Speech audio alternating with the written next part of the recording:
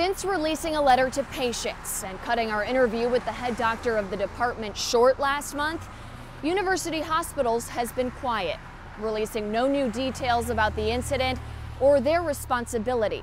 So I took questions here to Michigan, where they manufacture their equipment, and got answers that may explain their recent silence. Custom Biogenic Systems, headquartered in Bruce Township, Michigan, manufactures cryogenic equipment, cryosystems, freezer racks, and other tools for labs across the country and the world. Their name is on the storage tank in University Hospital's fertility clinic, the tank involved in what the hospital called a catastrophic failure.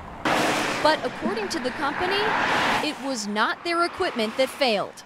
They say it was human error. University Hospital's employees did not follow instructions. Custom Biogenic Systems staff will not go on camera with us at this time, but their information department released 3 pages of new details to me.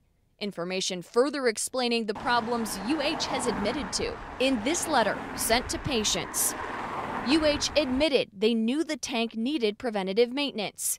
UH admitted to filling the tank with liquid nitrogen manually. UH also admitted they did not even have that liquid nitrogen stocked, but were borrowing it from another lab. UH admitted they had a backup tank, yet hadn't transferred anything to it. And UH admitted the alarm, meant to alert employees to temperature swings, was turned off. But according to Custom Biogenic Systems, the manufacturer provided university hospitals with instructions for the maintenance needed on the tank. Quote, UH initially followed the instructions, but stopped that recommended practice at least several days before the incident, when there were no liquid nitrogen tanks available and UH staff started borrowing them from another lab. Quote, UH chose instead to use a container filling method to pour liquid nitrogen into the top. The last pour, the Friday before the weekend failure. But, quote, the tank is not designed to be filled by liquid nitrogen being poured into the top of the tank. The product manual stating, important, it is not recommended to attempt to manually fill. Quote, this is an incorrect fill method and will cause liquid nitrogen to come into contact with the stored samples.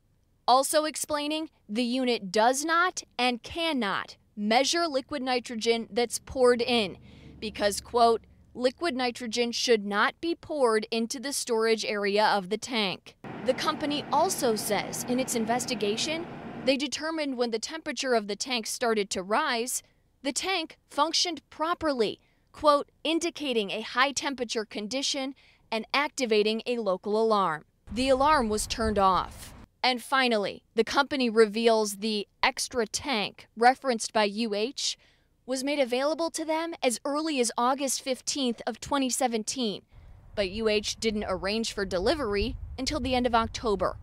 It was delivered November 2nd. In the letter sent to patients, UH said they started the transfer process, but no eggs or embryos had been moved yet. They explained, quote, this process takes several weeks.